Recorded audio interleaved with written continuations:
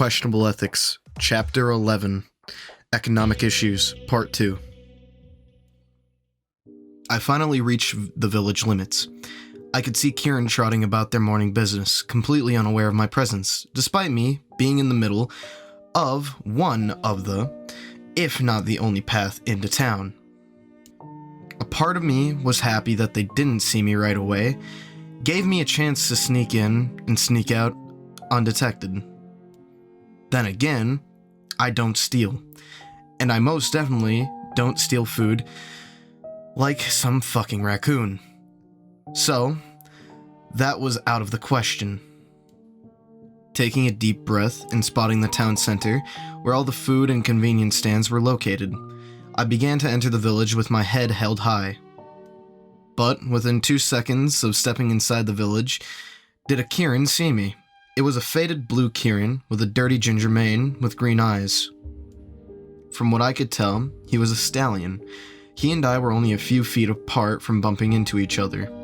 He had stepped out from a house to my left and was walking across the street. He turned to me and flinched and froze as our eyes met. I continued forward and gave him a nod and a tip of the helmet. In respect, he backed away from me and held his head low, his eyes tracking me as I passed him. This may have been the first time he had seen me, or had seen me without my mask on. His reaction was not uncalled for given the circumstance. But what was uncalled for was the fact that every Kieran that I had passed after him gave me the same reaction, if not more, with the inclusion of some galloping quickly away in the opposite direction. I felt like a freak.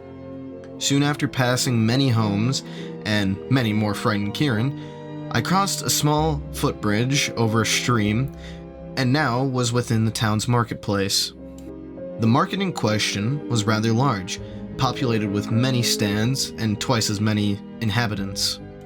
It was bustling with Patreons and storekeepers, and the sound of many voices overlapping each other created a very pleasing atmosphere to the ears.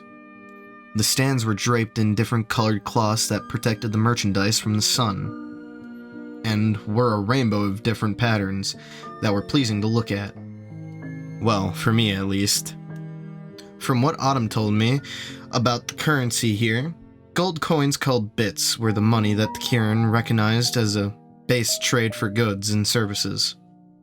They were being exchanged regularly from customers to stand owners, either individually or by small brown woven sacks.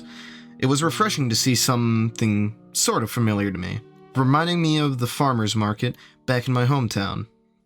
Everything was like clockwork, right up until one Kieran that was buying an assortment of what looked like cup holders noticed me. Her horn magic, which was levitating the objects off the counter to her saddlebags, cut off, and the coasters fell to the ground. They thumped against the grass, and as they settled, she began to retreat a bit away from me. The storekeeper was at first confused, before he too noticed what she was afraid of, and did the same quickly, slumping down behind his table, and like dominoes, the voices went silent, and the market ground to a halt. Dozens upon dozens of surprised and scared Kieran eyes looked to me, all of them frozen in place, some even mid-transaction, and I stared back. I slowly moved my head from left to right, as to not make any sudden movements and to scan the area for any possible aggressors or those who would hinder my forward progress. Perceiving no threats in the area, or at least not being able to see it for now, I looked to the Kieran that dropped the cup holders to the ground. She had moved just over 10 feet away from me, her eyes darting up and down my body, staring at my hands to my face, obviously scared out of her mind. I made my way over to the cup holders that she had let go of, and crouched down to one knee. I looked over what I thought were cup holders. In fact, they seemed to be very flat and circular rocks, with glinting white crystals in them. I then glanced up at her. I could see her chest moving up and down as she now backed up and bumped into another stand, her pupils shrinking in her eyes. I then stared back into those eyes and smiled. In response, her chest stopped rising and falling so hard, and she took her hoof down away from her chest fluff. Her eyes also seemed to soften, as well as her pupils returning to somewhat normal size. I looked away from her and proceeded to pick up the rocks. I held them all into my right hand and stood up. I could feel the eyes of the world upon me at this very moment, whilst I made my way over to the now just barely slightly calmed down Kieran. She watched me as I came close, as she scrambled to her hooves.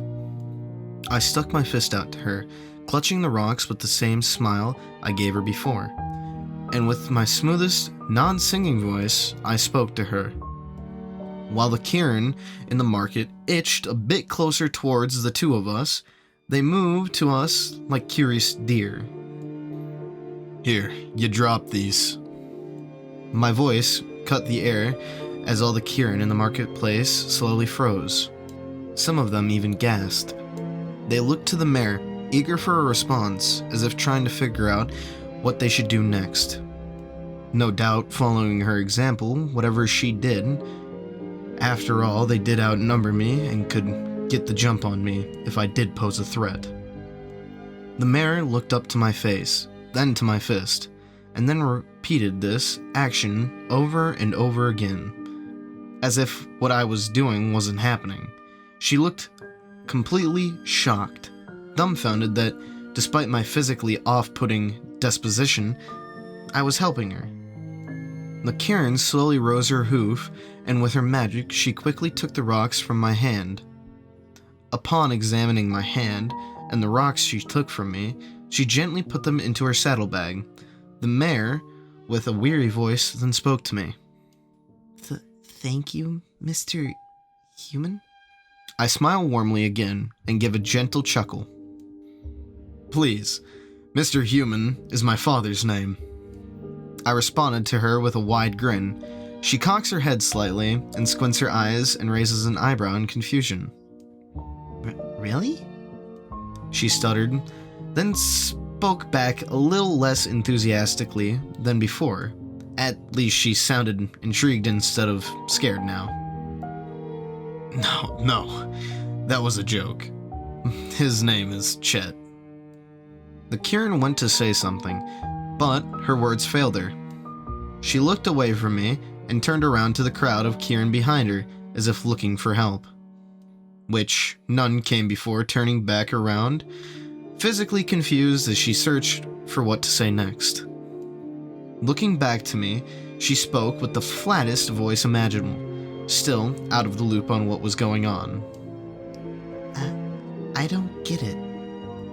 This mare spoke with such genuine confusion, such empty-mindedness. It was admittedly pretty funny, even though I knew it shouldn't be. Hearing the mare say this, a snicker escaped my lips as I closed my eyes and slowly began to giggle, my head shaking back and forth lightly, telling me it's wrong to laugh at a time like this. However, this giggle turned into a gentle laugh, which began to snowball into getting louder. A laugh that began to infect the mare in front of me. Her laugh was an awkward one at first, but as I grew louder and began to laugh harder at what she said, and how she said it, hers grew too, and it became genuine. I know she's technically laughing at me, but at the same time, she was laughing with me too. And over the course of the next 5 to 10 minutes, the two of us laughed and laughed, getting louder and louder. And because of course it is, the infectious laughter spread further. It didn't get to the whole marketplace, rolling on the floor, bursting guts, but just the ones close enough to hear us talk were the ones sharing the laughter. Eventually, though, the laughing stopped. And after clearing the tears from my eyes and taking a few good deep breaths, letting the laughter fizzle out, I turned and addressed the still confused and now absolutely gobsmacked marketplace crowd. I rose my hand into the air and spoke loudly and clearly, like I was addressing a nation. "All right, come on now. You all knew this day would come eventually, because no matter how you roll the dice, either you would have eventually come to me, or I would come to you. And as much as I would like to stay out of sight and out of mind for you all, I am indeed a living, breathing creature that needs food to survive, just like you. Which, if you were wondering, that's why I'm here. I just ran out of food, and I'm here to buy some. I'm sorry for causing such a disruption in your midst. I won't be here for that long, and once I'm gone, you can return to normality. As I said these words, the Kirin of the marketplace slowly rose back to their full height and listened carefully. Their faces turned from frightened to understanding, as some of them even nodded to one another in agreement, as if what I was saying was the truth. Glad to know that all the Kirin, not just Autumn, can listen good.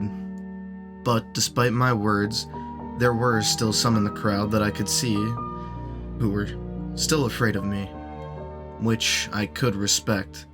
I was twice their size and probably emitted some kind of aura to them that makes me look unnatural. I'll try not to get near them if I can, and limit the amount of time I'm here overall, decrease my presence more than I already have, which I really haven't to begin with. When I finished speaking, they all, for the most part, returned to their business, albeit a bit quieter now, and with more looks over their shoulders, specifically at me. Right then. Time to requisition some food. Oh, wait. That's right. I have no money. Huh.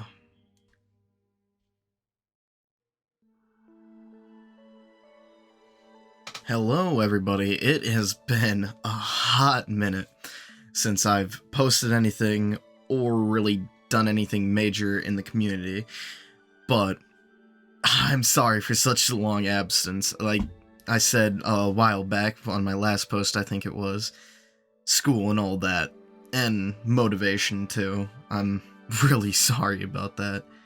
Although, I am going to try to post a little bit more every now and again.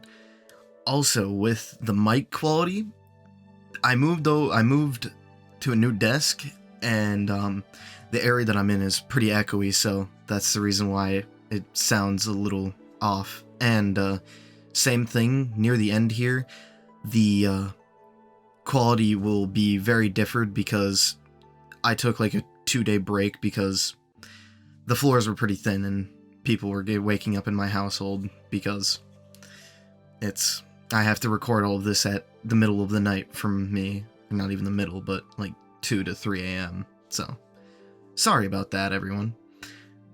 I don't want to make this too long, but I hope you all have a good New Year's and have had a good Christmas by the time that this has come out. And with that, have a good day and stay golden.